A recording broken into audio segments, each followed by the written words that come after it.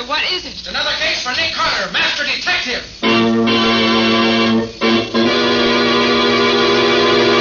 Yes, it's another case for that most famous of all manhunters, the detective whose ability at solving crime is unequaled in the history of detective fiction. Nick Carter, Master Detective, presented by the three great Linex home brighteners. Linex Clear Gloss, Linex Cream Polish, and Linex Self-Polishing Wax. Created by Acme, America's great producer of Acme quality paints.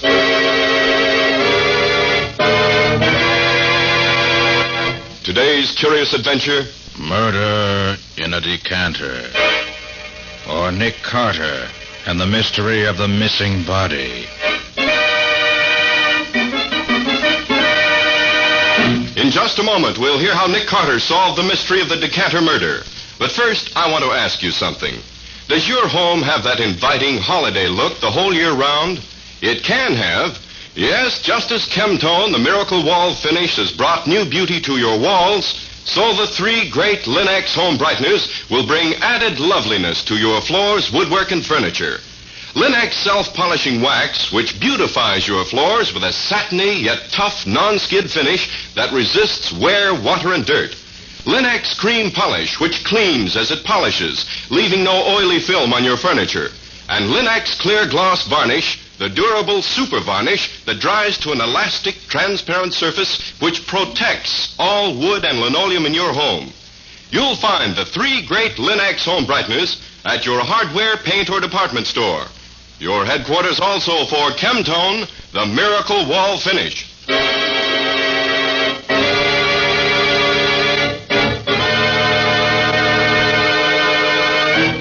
And now for today's mysterious adventure with Nick Carter. As our story opens, we find Nick and Patsy at a New Year's party talking to their host. I'm sorry, Mr. Carter, but the man I asked you here to meet has been unavoidably detained. You and he would have had a great deal in common, I know. Yes, Nick's been looking forward to it for a long time now, Mr. Cord. And I can keep looking forward to it for a while longer, I guess. Well, Mr. Carter, you'll probably find all kinds of people at my parties. I'll be seeing you. Well, there are certainly all kinds of people here, Patsy.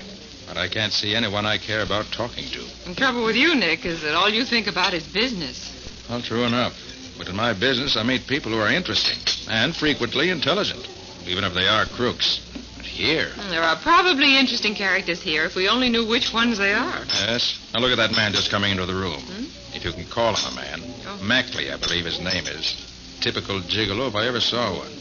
And he's not contented with drinking at the bar. He's carrying his own private decanter of whiskey right along with him. Yes, he's hardly an attractive type. To me, that is. I understand that he's considered very attractive by many women, however. Do you know him? No, but I know something about him.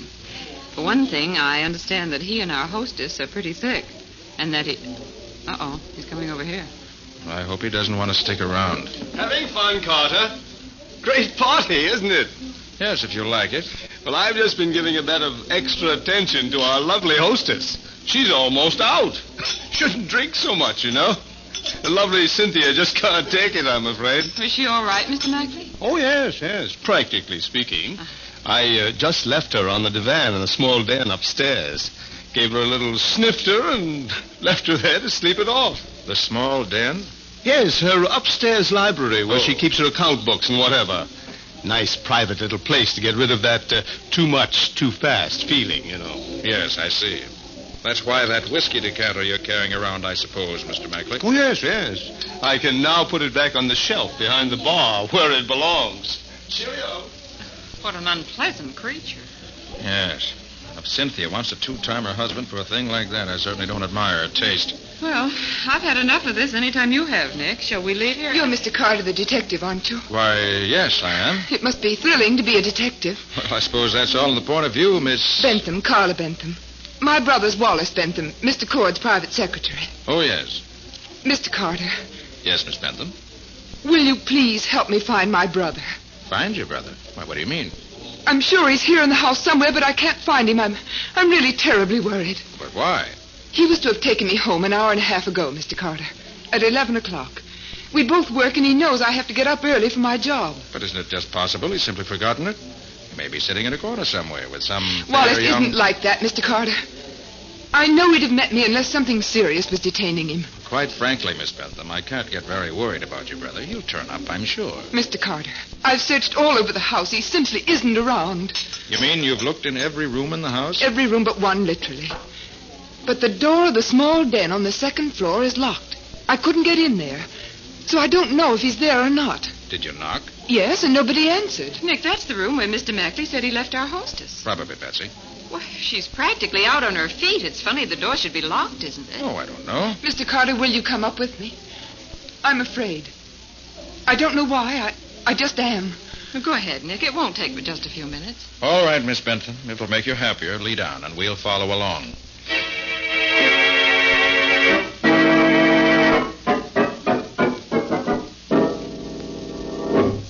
It's right over here, Mr. Carter. Is this where the 40 thieves hung out?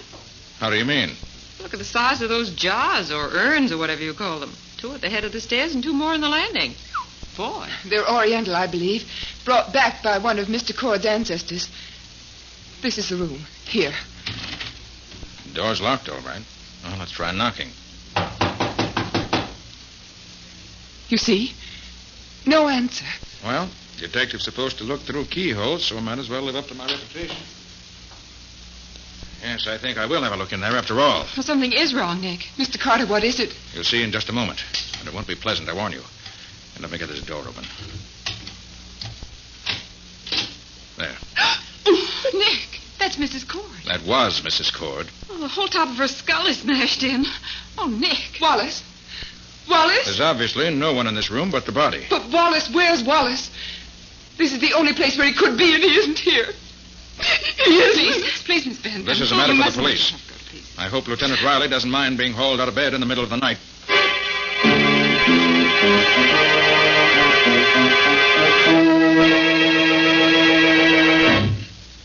You sure nobody's touched anything since you found the body? Positive, Sergeant Kilroy. It's a wonder to me how we always find you on the scene of a killing whenever we get here. Lieutenant Riley lets you get away with murder. But now that he ain't here, you got me to deal with. And I ain't as soft in the head as he is, not where you're concerned. Sorry, I annoy you, Sergeant, but I just happen to be here. Yeah, I suppose so. Well, suppose you just happen to tell me what you found out so far. Always glad to help the police, Sergeant, when they need it, which is often enough generally. Now, look here. The body was just where you see it now, on the floor there. I could see it through the keyhole, which is why I opened the door in the first place. On the desk, you see 2 glasses and an empty bottle of Burgundy. And that's all. Where's the murder weapon? That you'll have to answer for yourself. I haven't found it anywhere. Got any suspects? Have you talked to Mackley yet? I have.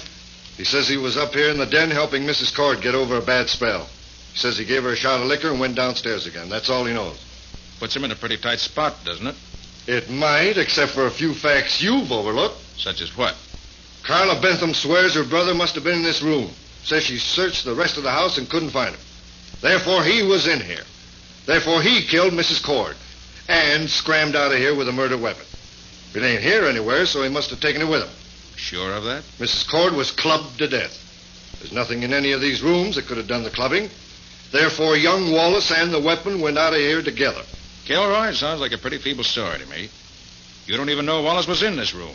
He may have been outside on the grounds while his sister was looking for him. You think Mackley did it? I feel quite sure he didn't. His motive would have been to keep her alive rather than otherwise. He could get money and gifts out of her only as long as she was alive and healthy. No, I haven't found the murderer yet, and neither have you, Kilroy. Yeah? Well, how about this? Wallace Bentham ain't here now, is he? Apparently not. Then how did he get out of this place? He ain't in the house. He ain't anywhere on the grounds. My men know that now. And there's a wall around this place with only one gate. And the man at the gate says he ain't left here since he came in last night. Which means he sneaked away by somehow climbing over the wall. If that don't mean he's guilty, I'm a herring's uncle. You got any theory about what happened here? I got just one theory, and it's the right one. The servants told us there's been something going on between young Bentham and Mrs. Cord. Tonight, young Bentham found Mrs. Cord and Mackley having a drink in here. There's the 2 glasses and the empty Burgundy bottle. He was jealous, waited until Mackley had gone out, and clubbed her over the head in a jealous rage. Very simple when you put it that way. You got any better ideas? Until I have facts to go on, I don't have any ideas at all. Well, I think I'll be getting home where I can find Patsy. Good night, Lieutenant. Or should I say, Sergeant? That's all right, Carter. It'll be Lieutenant one of these days, and don't you forget it. And when it is, Carter, watch your step. I'll be happy to. So long.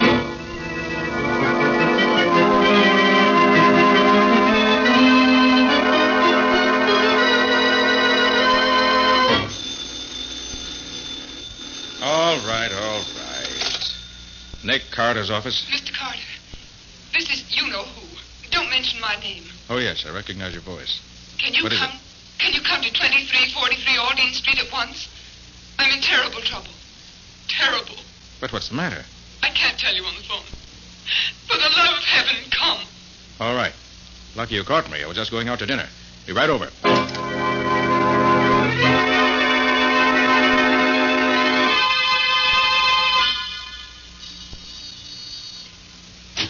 Come in quick. Look, there. Why, that's Mackley. With the top of his head crushed in, too. Yes, there's what did it. Heavy glass bookend. I found him like that when I came home. You just got in when you phoned me? Yes. I opened my door, and there he was. Been dead less than an hour, I should say. Oh, what will the police say? And after what happened to Mrs. Cord last night. Yes, Sergeant Kilroy will undoubtedly have plenty to say. How do you suppose Mackley got in here? He may have picked the lock. Or Or what? my brother Wallace had the only other key to my apartment. If he were here and opened the door to find Mackley there instead of you, you might have swung with the bookend. I wonder. Miss Bentham, how well do you know Mr. Mackley? I only met him once before last night. If he's almost a stranger, why should he come here to see you? I don't know. And that's the truth. Let's see what he has in his pockets. Maybe that'll tell us something. Usual junk man carries around. Pencils, pen, receipted bill, check for his car in a parking lot around the corner. See here. This is addressed to you. What is it? Says, Dear Miss Bentham, I phoned all day to try to get in touch with you. Finally, I came in person as I could wait no longer. I must see you. I have something to tell you about last night and your brother. Also, I want your help. I want you to keep... And that's all. That's a funny way for a note to end, Mr. Carter. Yes. That and the ragged way the note is folded makes it obvious. He was scribbling this note to you here at your table when something startled him and he crammed it in his pocket. And then he was killed. But who killed him and how did they get in here? See what's outside this window. Ah, here's the answer. Marks of shoe nails in the windowsill. The flat roof only 6 feet below your window here. Looks as if somebody got out here. Probably the killer. May have heard your key in the lock and dashed out this way. Maybe I'm lucky he didn't wait and kill me, too. Miss Bentham, does your brother drink wine? You're thinking of the empty bottle and the 2 glasses in Mrs. Cord's room last night, I suppose. Yes. Yes, Wallace drinks only wine, nothing else. But what does that... Open up in the name of the law. The police. Open up, Carter. I know you're there, and the girl, too. Quiet. Let me handle this. Just a second. So, another killing, eh?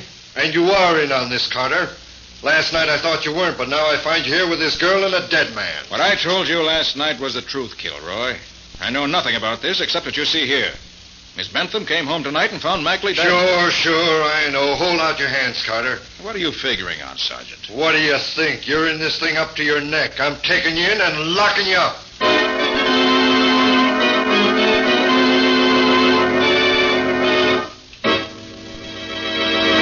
Well, what can Nick do now? Arrested and in jail for a murder he didn't commit, he can't do much to find the real murderer. What's going to be his next step? We'll see in just a moment. No matter how careful we are, we're all likely to track in mud, snow, and slush from out of doors these winter days. Save time and energy by protecting your floors. Use Linex self-polishing wax, the non-skid finish, to give your wood and linoleum floor surfaces protection plus beauty. Because Linex self-polishing wax contains genuine carnauba wax, it wears well and may be renewed at any time without re-waxing the whole floor. Linex self-polishing wax resists water, too, so that it may be wiped up easily. And it lessens your work because Linex self-polishing wax keeps dirt on the surface where it's readily wiped away. What's more, Linex self-polishing wax gives all your floors a beautiful, satiny appearance you'll be proud of. Best of all, Linex self-polishing wax requires no tiresome rubbing or polishing. You simply wipe it on in a jiffy. So depend on the modern way to keep your floors looking their best with a minimum of work. Get Linex, L-I-N-X, Linex self-polishing wax now. You'll find all three great Linex home brighteners and Chemtone, the miracle wall finish, at hardware, paint, and department stores everywhere.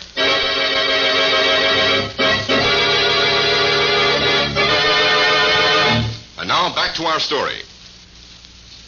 We left Nick trying to talk Sergeant Kilroy out of arresting him for murder, but without much success. You're in this thing up to your neck, and I'm taking you in and locking you up. Well, that's absurd, Kilroy. I had nothing to do with it. Put your hands out, Carter. Kilroy, you're a fool. Why, you interfere.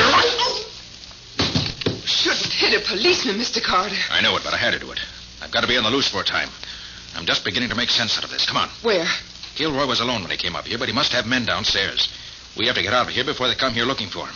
You got any money? Yes, some. Good. Go to a side street hotel somewhere and register under an assumed name. I'll be at the Green Hotel under the name of John Nicholas. But don't call me unless it's very important.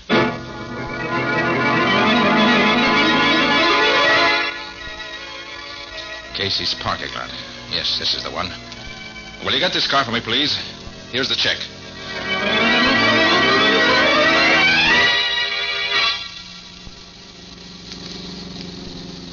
Yes, this ought to be far enough away. Now, let's see if there's anything in this car of Magley's. Nothing inside here. Well, maybe he has something in the rear compartment. Now, which one of these keys unlocks this? There. Ah, hat box, huh? But that's a whole lot heavier than any hat box I ever... Uh-oh. I'll have to postpone this investigation for now. I better get out of here.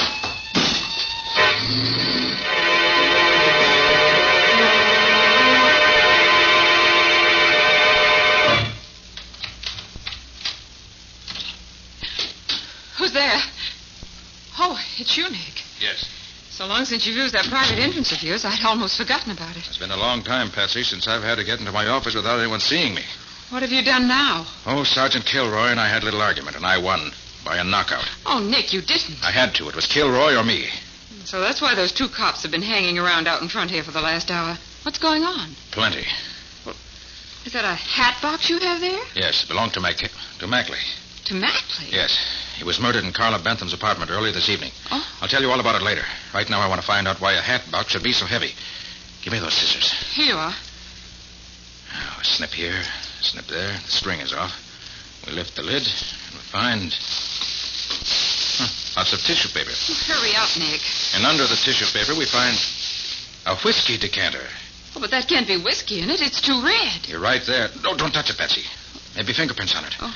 Here, let me use my handkerchief. I'll take it out where I can see it better. Oh, that's a beautiful thing, Nick. Why, it's cut glass. Yes, but what's that in it? Smells like wine. Yes, it is wine. A sparkling burgundy, I should say, with no more sparkle left in it. That's a funny thing to do, put wine in a whiskey decanter. Yes, and I have a feeling I've seen this decanter before. Of course, Nick. Mackley had it at the Cord's party last night. Right, Patsy. He brought it downstairs and set it on the shelf of that little private bar. Brought it downstairs from the den where Mrs. Cord was murdered. Here, let me look at it again. Of course. That's why the wine was put in it. This was what killed Mrs. Cord, Patsy. What? Yes, see the blood right on the corner here? What? You can't see it with a decanter full of wine unless you look for it. And there are fingerprints on it, too. I can see them. Patsy, that's the answer. I don't get it, Nick. You will later. Right now, I've got to get over to the Green Hotel where I'm supposed to be registered as John Nicholas. I'll see you later. And take good care of that decanter.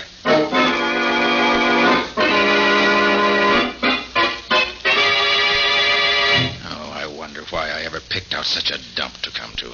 Should at least have picked a radio. Yes? Can you come to see me again? Right away? What is it this time? Something special. Wallace is coming to see me, and I thought... Wallace. Your brother? Yes, and I thought he could get some some advice from you. How do you know he's coming? He just phoned me. Said he'd be here in 5 minutes. But that's utterly and completely impossible. That's what he said. How do you know where to phone you? I guess he must have been near my hotel when I left and followed me here. Can you come? You bet I'll come. I wouldn't miss it. Where are you? The mall. Ask for Helen Laughlin. I'll be there in 10 minutes.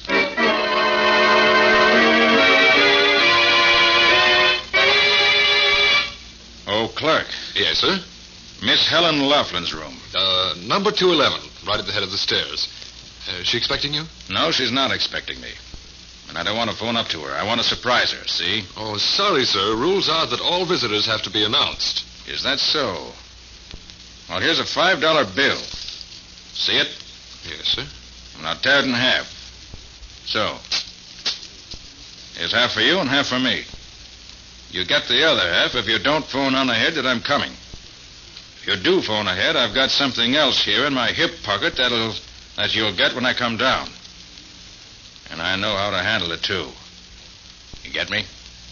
Yes, sir, I get you. You can go right on up. Nobody will announce you. Okay. See you later.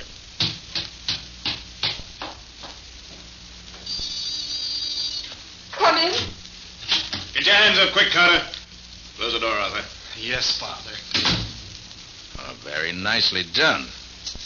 Mr. Cord and son Arthur, if I'm not mistaken. I'm sorry, Mr. Carter. They made me phone you. We did. A few twists of her arm, and she was glad to oblige. I knew they'd be here, Miss Bentham. So I notified the cops on our way up here. They should be along any minute. Hear that?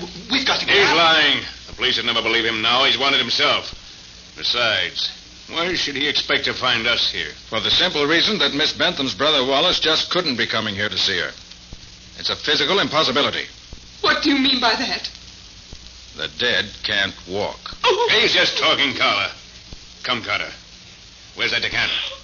Suppose I told you it was at headquarters. Fingerprints, blood and all. I wouldn't believe you. You couldn't know anything about it. It couldn't be much plainer. Blood in two places in the decanter. Where your wife was clubbed once, and the other place must have been where you clubbed Wallace. Oh, no. No. I'm sorry, Miss Bentham. These two killed your brothers who? Father, he knows. Just what do you know, Carter? Plenty.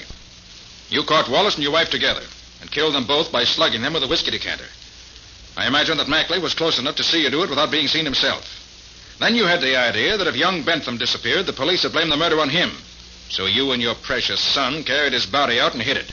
But while you were gone, Mackley got his big idea. Blackmail. Here in front of him was a decanter with blood and fingerprints on it. And you, Mr. Cord, were now a very rich man, having inherited your wife's fortune at her death. So Mackley got the decanter, poured out the whiskey, and filled it with the wine from the bottle on the desk. The blood didn't show up that way. Then he took it down to the bar, carrying it carefully so as to preserve the valuable fingerprints. Father, how can he know all this? Go on, Carter. Anything else? Plenty. Judging by the note we found on Mackley's body a while ago, he must have gone to Carla's apartment to let her in on the blackmailing scheme, too. Maybe he wanted to hide the decanter there for safety. But you trailed him there, Cord, and socked him with the bookend, figuring you don't hang any higher for 3 murders than for 2. But Carla came in just then, and you had to leave before you could search Mackley's body. Then I got into the case. You trailed me and saw me get hold of Mackley's car in which the decanter was hidden. Meanwhile, your sweet son trailed Carla here, and the rest was easy. Force her to call me and then force me to produce the incriminating decanter. You're a fool. Why should I kill my own wife? Because she had money and because you were broke. That and a jealous disposition are motive enough. Okay, so I killed her. Now I want that decanter. You'll call the messenger on that phone. Tell him where to bring it to you at once. If you don't, we'll start working on Carla again. Okay, Cord, you win. For Carla's sake, I'll do it. Let me have the phone. That's more like it, Carter. Call Cranston 1365. That's the nearest messenger office. Here, take the receiver. I'll dial it for you. Very well.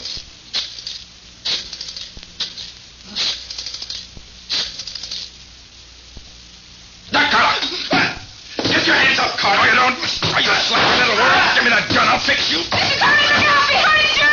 Hey, Carter, take it easy. I'll take over now. Hey, good for you, Sergeant. Well, did you hear anything while you were out there? I heard enough to send the old boy to the chair. I'm glad you got my message okay. Message? I didn't get any message from you. The hotel clerk downstairs phoned and said... That was the message I sent you. After I threatened him with my gun and flashed a torn $5 bill on him, I knew he'd get in touch with headquarters right away. Smart fellow, that clerk. Wouldn't let anyone put anything over on him. And you're a smart fellow, too, Kilroy, recognizing his description of me and answering the call yourself. Well, nobody but me was going to have the pleasure of pulling you in. But look here, Carter. You said Cord and his son hid young Bentham's body. We went all over the house last night, and he isn't hidden there. Did you look in one of those big urns that Cord's place is decorated with? You mean those big vases? Heck no, never thought to look inside them. I'll send someone up right away. Well, how about me? I haven't forgotten you wanted to arrest me a while back. I ain't forgotten it, Carter, and I ain't forgotten about that sock in the jaw you gave me. But, look, suppose we decide that I broke this murder case myself. Would you have any objections? Why, no, Sergeant. Tell you what I'll do. I'll swap you a decanter complete with fingerprints and bloodstains in return for letting bygones be bygones and no hard feelings anywhere. Agreed? Okay, but in the future, keep out of my way. I don't want to have any more arguments with you. Your arguments have too much punch behind them for me.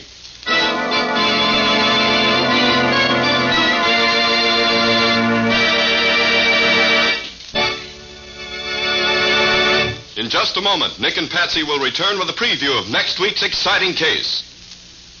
But before they do, here's a New Year's resolution for you, one you'll find it easy to keep. The resolution that this year you'll make your home a more pleasant, more inviting place to be. With the 3 great Linux home brighteners, it's always easy to keep your floors, furniture, and woodwork shining clean. Take Linux Cream Polish, for instance, which gives your furniture a handsome, lustrous look in half the time. Yes, it's true, for Linux Cream Polish cleans as it polishes, saving you one whole step in your cleaning day routine, and removing in one quick application the cloudy accumulation of dust and previous polish. Linux Cream Polish banishes messy fingerprints and helps conceal ugly scratches, too. And it leaves no oily film to attract more dust, to make more work. So be sure to ask your dealer for Linux Cream Polish.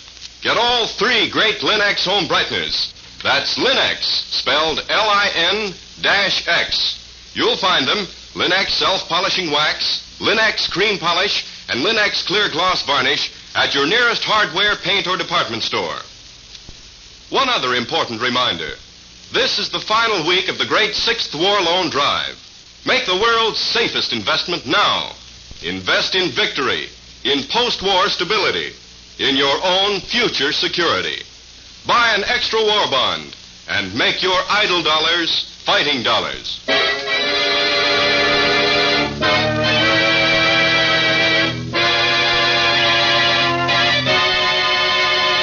And now let's hear from Nick Carter himself. How are you going to start the new year off, Nick? Have you got a good story for us? Well, I think so, Ken. A friend of mine, a college professor, was shot in his own home just a few minutes before I got there to see him. The motive was not robbery, but we couldn't find any other motive either. And as Nick didn't take me with him on that trip, he didn't have the advantage of my experience and training as a super detective. Which was a great mistake, Patsy, as Nick undoubtedly found out. Another murder followed on the heels of the first, and a 3rd victim was nearly added to the list. The said 3rd victim being Nick himself. Yes, I came nearer the end that time than at any other in my life. What do you call it, Nick? I've called it Monkey Sees Murder. Or the mystery of the Peruvian red mark. Well, listen next week for further details. So long for now. I think you'd be interested to hear Nick Carter as the guest detective on the Quick as a Flash program this evening at 6 o'clock over most of these stations. Why not tune in? And now, so long. And so long to you both, Nick and Patsy. Be seeing you again next week.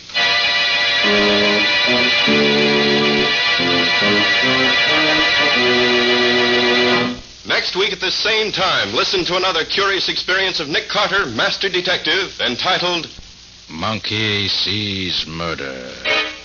Or Nick Carter and the Mystery of the Peruvian Red Mark. Nick Carter, Master Detective, is featured in Street and Smith magazines. Lon Clark is starred as Nick with Helen Choate as Patsy.